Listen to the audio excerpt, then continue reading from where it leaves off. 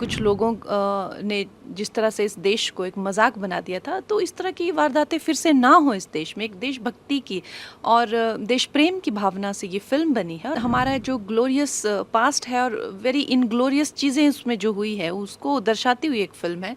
तो इसीलिए कुछ लोगों को मिर्ची लग रही है। जिन लोगों को जो है ये इस फिल्म से शायद उनके पर्दे फाश होंगे तो मिर्ची तो लगेगी। वो फॉरेन जाते हैं तो किस तरह के देश को लेकर किस तरह की वो बातें करते हैं, आपने वो भी देखा हुआ है।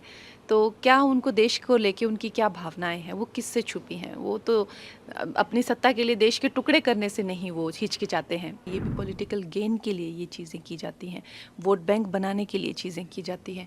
तो इनके लिए एक लोकल्स ने ही चीज़ें अपने हाथ में लिया। लगता है राज्य सरकार तो बिल्कुल इस चीज़ को लेकर निकम्मी बैठी हुई है। उम्मीद यही है कि जो हमारी फिल्म संविधान को लेकर एक फिल्म बनाई है, देशभक्ति को लेकर एक फिल्म बनाई है और कुछ लोगों ने जिस तरह से इस देश को एक मजाक बना दिया था, तो इस तरह की वारदातें फिर से ना हो इस देश में। एक देशभक्ति और देश प्रेम की भावना से ये फिल्म बनी। हम सब प्राउड हैं इस फिल्म पे और हमारा जो ग्लोरियस पास्ट है और वेरी इनग्लोरियस चीज़ें उसमें जो हुई है उसको दर्शाती हुई एक फिल्म है।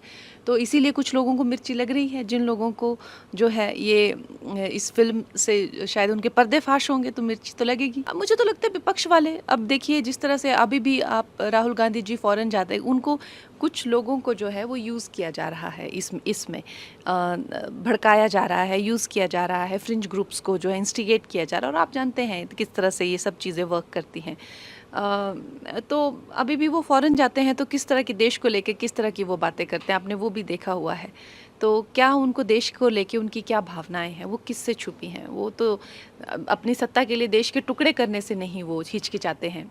तो ये आप जानते हैं कि उनकी क्या भावना है। हमारे देश में जो क्राइसिस हैं, जो मैंने हमेशा से ही कहा है कि जो रिफ्यूजीज़ का जो इन्फिल्ट्रेशन है, जो बाहर से जो लोग आते हैं और अगर आपको किसी देश की नागरिकता चाहिए या आपको किसी तरह का आइडेंटिटी चाहिए तो आप बनवा सकते हैं। लेकिन मैं भी जानती हूँ यहाँ पे लोग जो हैं फेक नाम यूज़ करके, फेक जो है गलत दूसरे धर्म के नामों पर जो है व्यवसाय चलाकर जो हैं, और जिस तरह से लोकल्स की जो सिक्योरिटी को भी हार्म है, उनकी जो है पूरे जो प्रदेश है उसके लिए ये एक बहुत बड़ा चैलेंज बन गया है। और इन चीज़ों को आप जानते हैं, ये भी पॉलिटिकल गेन के लिए ये चीज़ें की जाती हैं, वोट बैंक बनाने के लिए चीज़ें की जाती हैं।